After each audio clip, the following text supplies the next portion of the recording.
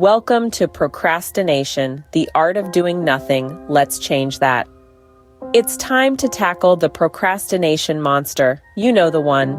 It's that pesky beast that convinces us that lounging on the couch, aimlessly scrolling through social media, or binge-watching the latest Netflix series is far more important than, say, finishing that report or starting that business plan. We've all been there, haven't we? 1 minute, we're full of good intentions, ready to conquer the world. The next, we're deep into a social media rabbit hole or on episode 7 of a series we didn't even plan to watch. But here's the good news, we're not alone in this struggle. Even the greats like Mark Twain, Karen Lamb, and Tim Urban knew what it was like to grapple with the procrastination monster. And guess what? They also knew how to overcome it. Mark Twain's wit never failed him, even when it came to procrastination. Known for his sharp humor and timeless wisdom, Twain often found the funnier side of this common human tendency. He once quipped, "Never put off till tomorrow what may be done day after tomorrow just as well." A master of turning procrastination into a punchline, Twain's words remind us not to take ourselves too seriously. If we dig a little deeper into his humor, we find a nugget of wisdom. Twain understood that procrastination isn't about laziness, but about prioritization. It's about deciding what matters today and what can wait until the day after tomorrow. But let's not forget, while Twain made light of procrastination, he was anything but a slacker. He penned some of the greatest American literature, and his work ethic was legendary. So, take a leaf out of Mark Twain's book. Find humor in your procrastination, but don't let it steal your dreams. Karen Lamb reminds us that procrastination steals our dreams, one delayed day at a time. From students to entrepreneurs, writers to dreamers, these everyday heroes battled procrastination and emerged victorious. Consider Jake. Jake was your typical student, notorious for the art of procrastination, living on the edge of deadlines, pulling all-nighters before exams. It was a cycle, a comfortable yet stressful routine. But one day, Jake decided to rewrite his story. He traded last-minute cramming for focused study sessions, meticulously planned out his study hours, and turned off the distractions. The result? Jake aced his exams, and not just that, he found a newfound love for learning. He was no longer studying to pass an exam. He was studying to understand, to grow, and to explore. Now let's pivot to Lucy.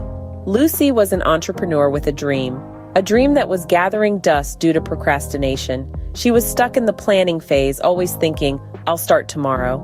But tomorrow turned into next week, next month, and before she knew it, a whole year had passed. One day, Lucy decided enough was enough. She took the plunge, stopped planning, and started doing. She launched her business, faced challenges head-on, and with every passing day, her dreams started taking shape. Today, Lucy's business is thriving, all because she decided to ditch procrastination and take action. Finally, meet Michael, an aspiring writer. Michael had the ideas, the talent, and the passion, but he also had procrastination. His novel was always a work in progress. He'd write a chapter, then take a break that lasted longer than intended. One day, Michael decided to break free from the shackles of procrastination.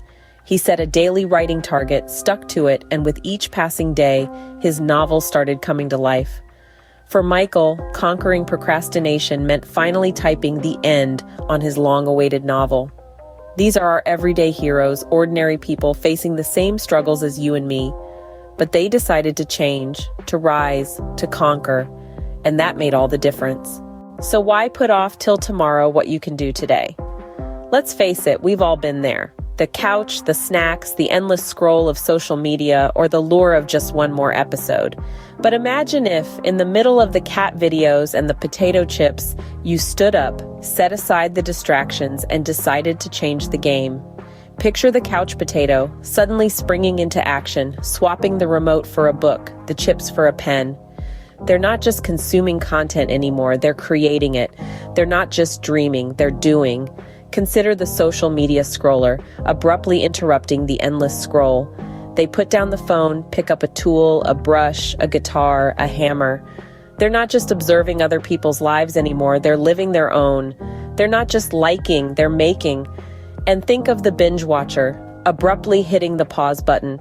They step away from the screen, step into the world, step up to a challenge. They're not just spectators anymore, they're participants. They're not just watching, they're winning. Look around. This could be you. This should be you. This is you once you decide to make the switch. Procrastination isn't a life sentence, it's a habit. And habits can be broken, replaced, transformed. It starts with a decision, a commitment, a step away from the couch, away from the scroll, away from the screen. A step towards action, towards achievement, towards success. You don't need to wait for a new year, a new month, a new week, a new day. The perfect time to start is now, this moment, this second. Because success isn't just about reaching the finish line.